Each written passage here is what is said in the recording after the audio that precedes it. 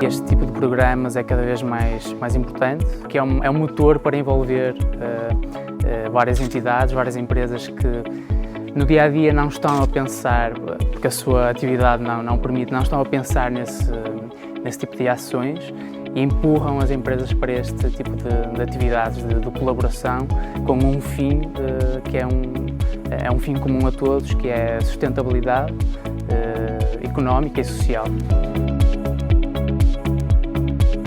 Neste caso estamos coa empresa Givaware e o que estamos facendo é coñecernos mutuamente, ver formas de traballar, ver novos procesos nos que poderemos ir un poquinho máis alá e conseguir avanzar na economía circular dos que xa nos facemos aquí en Trameve, tratando vehículos fora de uso dun xeito medioambientalmente adecuado, pero que pode ir todavía máis alá e conseguir seguramente moitos máis avances en este eido. Nos hai certo material que veremos agora fora que nos consideramos que non é vendible. Ese é un material que se lle podería buscar unha segunda vida de outro xeito. A Givaware identifica-se como uma empresa que é capaz de gerar valor a partir dos princípios da economia circular, ou seja, identificar oportunidades naquilo que é um problema global, que são os resíduos e a geração de resíduos, principalmente pela indústria. Aquilo que nós fazemos é identificar uma oportunidade nesse problema e gerar novos produtos para novos mercados, ou seja, fechando o ciclo dos materiais. Um produto que tem um final de vida pasa a ser reciclado novamente.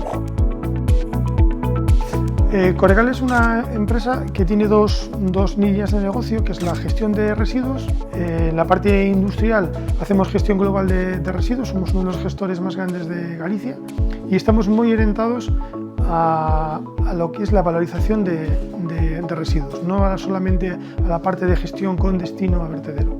Cuando es papel y cartón o brick, pues lo mismo. As barreiras acabam por ser um pouco fictícias, não é? A colaboração deve ser global, não é? Eu acho que devemos olhar para a oportunidade sem fronteiras. Creo que podemos llegar a trabajar y puede ser esa solución que estamos buscando para conseguir que todo el material que entre en nuestras plantas, de origen, de momento, plástico, ojalá fueran todos, tiene una valorización real. A economia circular e a economia social não vivem sem a colaboração e sem um pensamento colaborativo.